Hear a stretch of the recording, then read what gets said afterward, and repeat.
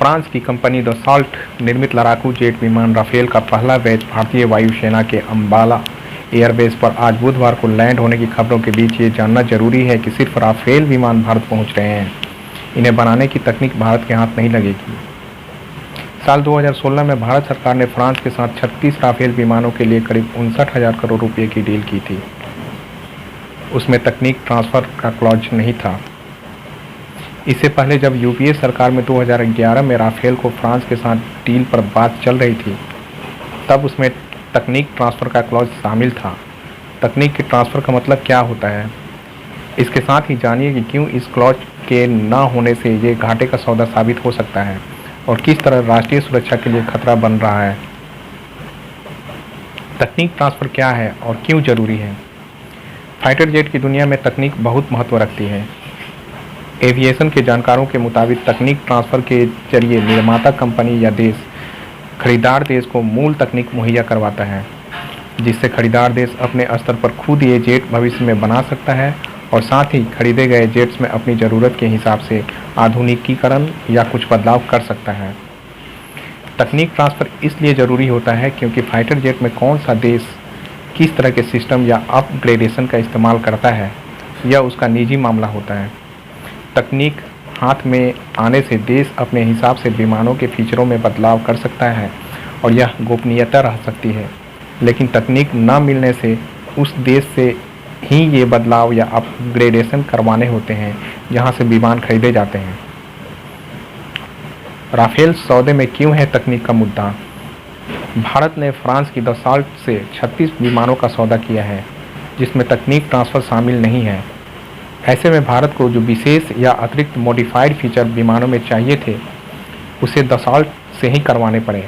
ऐसे 13 मॉडिफिकेशन के लिए भारत ने जहां अतिरिक्त कीमत भी अदा की है, वहीं उसे विमानों को अपने मुताबिक बनवाने के लिए फ्रांस के साथ गोपनीय रक्षा जानकारियां साझा करनी पड़ी है।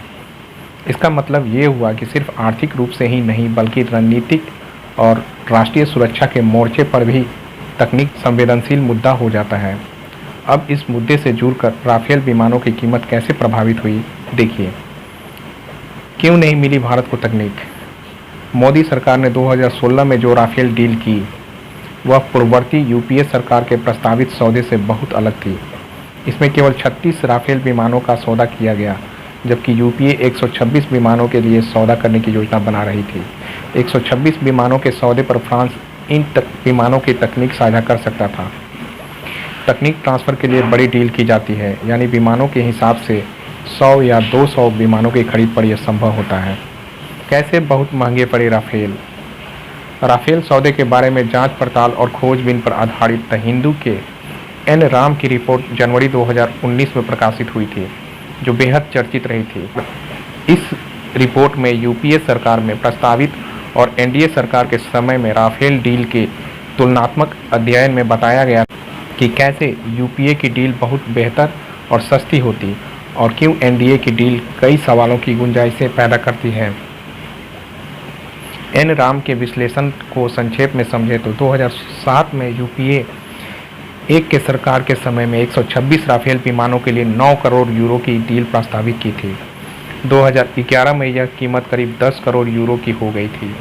इन 126 विमानों में 18 फ्लाईवे विमान होते, जबकि 108 फाइटर जेट भारत में HAL बनाती, जो कि फ्रांस से तकनीक ट्रांसफ़र के बाद लाइसेंस के तहत बनते, यानी मेड इन इंडिया। एनडीए सरकार ने 2016 में 36 विमानों के लिए 9 करोड़ यूरो से ज़्यादा की डील की। इनमें कुल 36 विमान फ्लाई अवे हैं, यानी भारत को न तकनीक मिलेगी और न ही मेड इन इंडिया राफेल की गुंजाइश रहेगी। फॉलो ऑन क्लॉज न होने का मतलब। इसके अलावा इस डील में एक कसर रही कि तकनीक ट्रांसफ़र के साथ ही फॉलो ऑन क्लॉज भी नहीं रहा। यूपीए सरकार में जो राफेल डील प्रस्तावित थी, उसके मुताबिक 126 विमानों की फॉलो ऑन के तहत अगर और 50 राफेल जेट की डील होती तो लगभग इसी डील की शर्तों और कीमतों पर होती। यह क्लॉज एनडीए सरकार की डील में नहीं रहा। इसका मतलब ये है कि इन 36 के बाद अगर भारत ने और राफेल खरीदने चाहें तो उसके लिए भारत को और ज़्यादा कीमत अदा करनी होगी। फ्रांस में निर्माण से कितना फ़र्क पड़ा। द हिंदू के लेख में मुद्दा उठाया गया था कि भारत ने अपनी रक्षा ज़रूरतों के हिसाब से हार्डवेयर और सॉफ्टवेयर संबंधी जो एडवांस मॉडिफिकेशन फ्रांस में करवाए वो महंगा पड़ा। भारत ने इन 13 मॉडिफिकेशन के लिए 1.3 अरब यूरो फ्रांस को अदा किए। ये कीमत 36 राफेल के लिए अदा की गई, जबकि यूपीए की प्रस्तावित डील में क्लॉज था कि 126 विमानों के साथ ही ऐसे अतिरिक्त कीमत फॉलो ऑन खरीद पर भी लागू होती। दूसरी तरफ फ्रांस में निर्माण लागत वैसे भी भारत से ज़्यादा है।